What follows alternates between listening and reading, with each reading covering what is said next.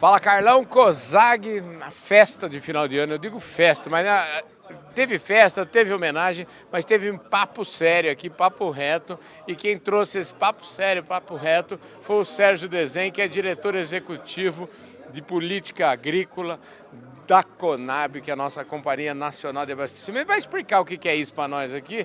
Ô Sérgio, em primeiro lugar é o seguinte, estava com saudade de você. Obrigado pela sua presença aqui no Fala Carlão, presencial. Carlão, é um prazer conversar com você, né? A gente é amigo de longa data, né? Pois é. Eu acho que isso é importante, né? Cultivar essa amizade, toda essa visão, né? De mundo que você tem, de falar com o produtor, de falar com as pessoas. Eu gosto muito de falar com você. Sérgio, deixa eu te falar, antes de falar dessas coisas mais sérias, números, etc., eu queria saber o seguinte, você está adaptado lá em Brasília já? Você já está 1 ano e tanto lá, né? Porque eu imagino que a sua vida deu uma mudadinha boa.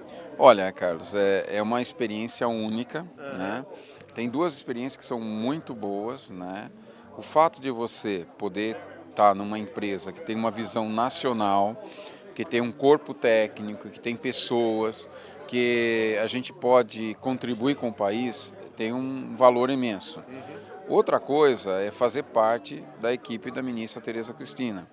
Ela é uma pessoa que cobra resultados, que participa, que é ativa, né? Então isso dá um respaldo e dá uma certa tranquilidade e ao mesmo tempo uma responsabilidade a todos nós que estamos trabalhando com ela.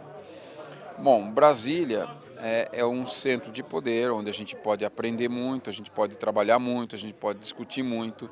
É muito interessante, eu acho que eu classifico isso como um período de contribuição e aprendizagem.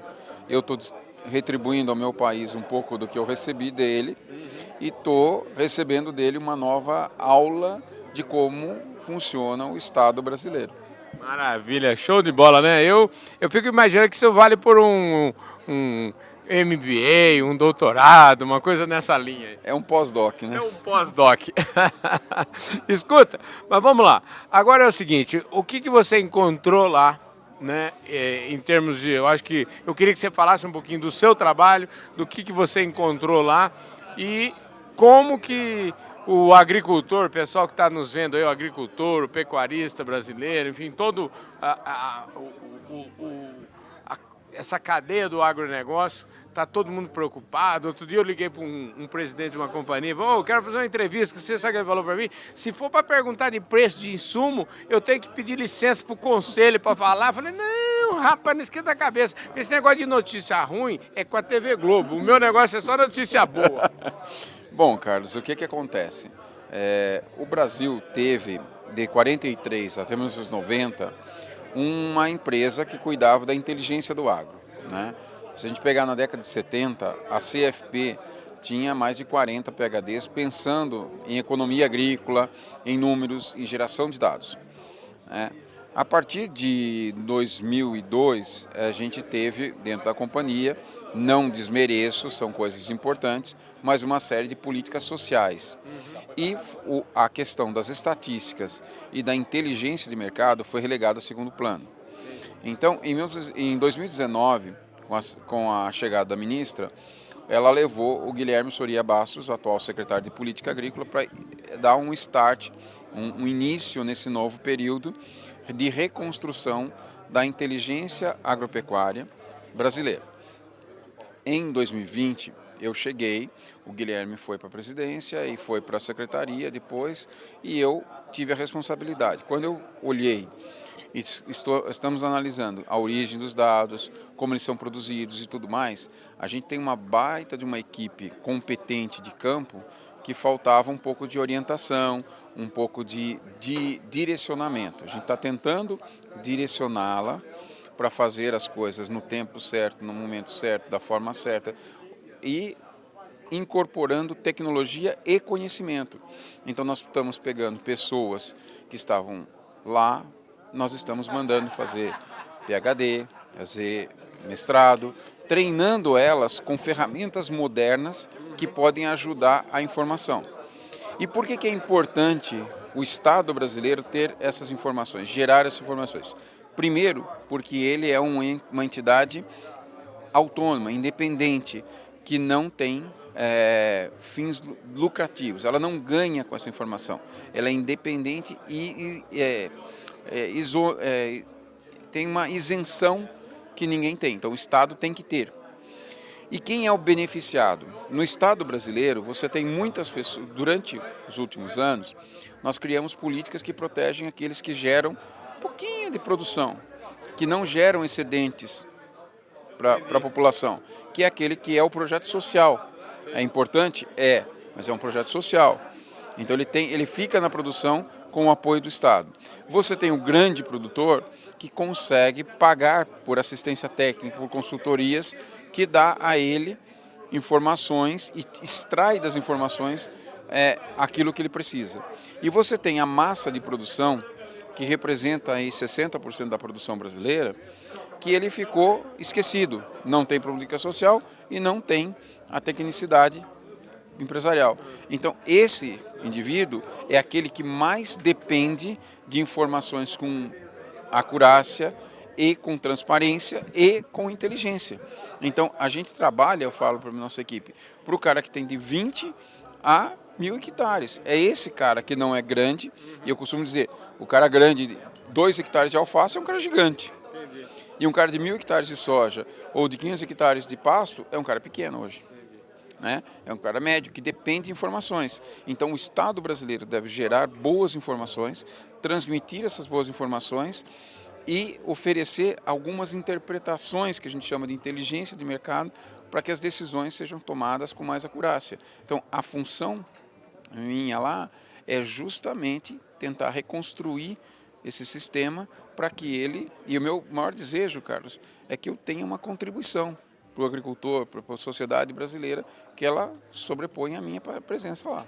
Pois é, e aí a gente vai começando a ficar pertinho aqui do nosso tema que você trouxe hoje, que o povo está falando, aumento de insumos. Parece que você andou mostrando um gráfico para a ministra lá e ela falou, mas peraí, vocês estão dizendo que a gente está nessa dependência aí, nesse item, se isso aí acabar, nós estamos liquidados com o negócio. Como é que ela ficou assustada? A ministra já tinha noção disso, ela é uma estudiosa, então ela sabia disso.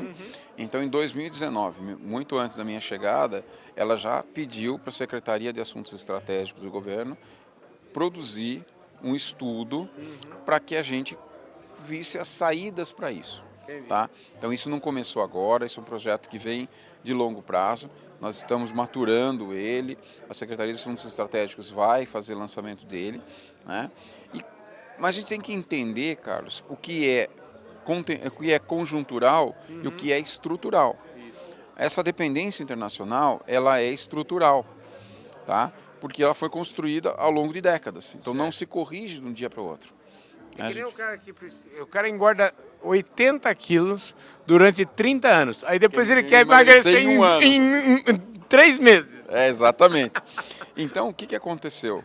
A gente teve um momento, né, que teve uma tempestade perfeita. O que é essa tempestade perfeita? A gente vai dizer assim, é um jargão comum de dizer. É que nós tivemos uma pandemia que quebra tudo que a gente prevê é com base no que a gente viu no passado. Só que a última pandemia que teve, nem meus pais, meus avós estavam vivos para contar o que aconteceu, que foi a gripe espanhola. Então, fazia cento e tantos anos, 103 anos, que ela acabou. Então, quer dizer, nós não sabemos como que ela afeta. E naquela época o efeito era totalmente diferente de hoje. Então, nós estamos construindo uma fase da história que é totalmente diferente. Essa diferença que faz impede que a gente use o passado para prever o futuro. Então, a gente teve mais estrago que uma guerra mundial, a gente teve mais mortes que muitos eventos catastróficos que a gente teve e distribuídos homogeneamente. Pegou país rico, país pobre, país de todo mundo, em todos os lugares. E aí, o que acontece? O único setor que não parou, aliás, o agro não para, foi o agro. Então, nós não deixamos faltar comida. Só que essa distribuição de comida ficou diferente. E a gente teve uma outra coisa que os governos, acertadamente, precisavam fazer, não fizeram porque isso, fizeram porque era necessário. Eles irrigam suas economias com dinheiro. Então, você baixa as taxas de juros, você faz... E criam políticas sociais, que é a distribuição direta de dinheiro. Então, isso não aconteceu no Brasil, aconteceu em praticamente todos os países que tinham sua situação fiscal razoavelmente equilibrada. Com isso, você tem um choque global de demanda. E quando você tem um choque global de demanda, você não aumenta o arroz, o trigo, você aumenta as proteínas. Então, as proteínas tiveram um salto na demanda. E ela puxa todo o consumo por soja e milho. Isso já por si só seria complicado. Tem um outro ingrediente que complicou ainda mais essa situação, que foi o quê? Nós tivemos uma situação ali na China, que eles reduziram o rebanho deles, que era um rebanho que 50% mais ou menos consumia subprodutos, né? Era uma suinocultura de fundo de quintal, ela desaparece e vem uma agricultura industrial, que ela vai consumir soja e milho. Então é outro choque, em cima do choque da pandemia, você tem um outro choque de demanda que eleva. Então hoje o que a gente tem? A gente aumentou o volume total de milho consumido, o volume total de soja consumido. Então isso dá um choque. O Brasil, ele expande não só em área, mas nos tratos culturais. Aumenta a demanda agregada de fertilizantes e de insumos e dos químicos. Com isso, o que você tem? Você cria uma nova realidade, né, de consumo que já seria problemático. Aí vem o terceiro ingrediente, que é o quê? Uma crise energética. Por que tem essa crise energética? Porque, por exemplo, a China achou que ela poderia viver queimando menos carvão, que seria bom para a humanidade, só que ela não dá conta. Ela se dá conta que a hora que a economia recupera, ela precisa queimar carvão para produzir os nossos insumos. E quando ela vê isso, é tarde demais. Ela tem que reduzir o ritmo de produção, senão ela tem um apagão. Porque ela tem que voltar a queimar carvão, tem que voltar a fazer contratos, voltar a fazer importação, voltar a buscar. E aí ela tinha rompido os contratos. Então ela tem que reestruturar isso daí. Então leva um tempinho. Então é o terceiro grande problema, um choque de oferta causado pela questão energética. Então a gente tem um novo cenário e o que a gente vê? Tudo isso que eu falei para vocês já seria grave o suficiente. E como o Brasil não tinha boas estatísticas, isso é como você pilotar um Boeing na floresta amazônica sem radar e sem luz, à noite.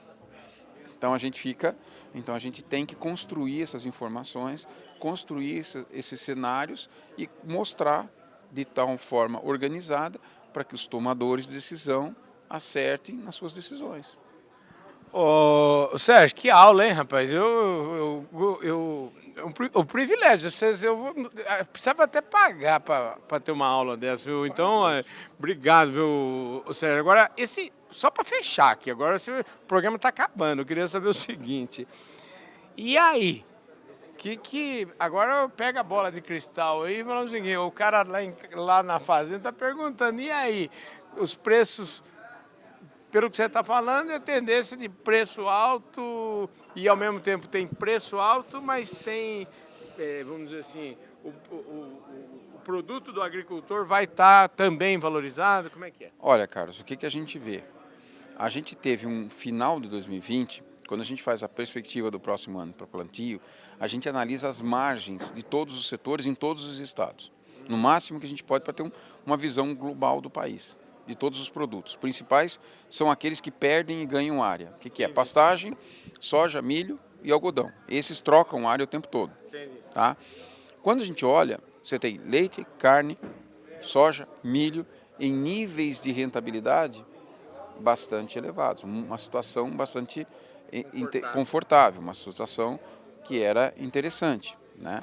Agora, o que a gente pode esperar para o próximo ano? Existe naturalmente, se eu aumentei a renda, né, esses caras também, eles tendem a usar mais insumos. E você tem uma restrição de oferta, então o preço sobe. Entendi. Entendeu? Então, o que a gente vai ter? O preço dos produtos agrícolas não devem sofrer grandes reduções. Nós não temos bola de cristal, mas induz que a gente tenha esse comportamento. Mas os custos tendem a subir e a margem tende a ser um pouco menor. Vai ser negativa? Provavelmente não, mas vai ficar mais estreita, menos interessante do que no ano anterior. Na verdade, a hora, então, é de ser cada vez mais eficiente e fazer aquilo que tem controle, né? Não dá para pensar, não dá para ficar sofrendo por aquilo que não está no nosso comando.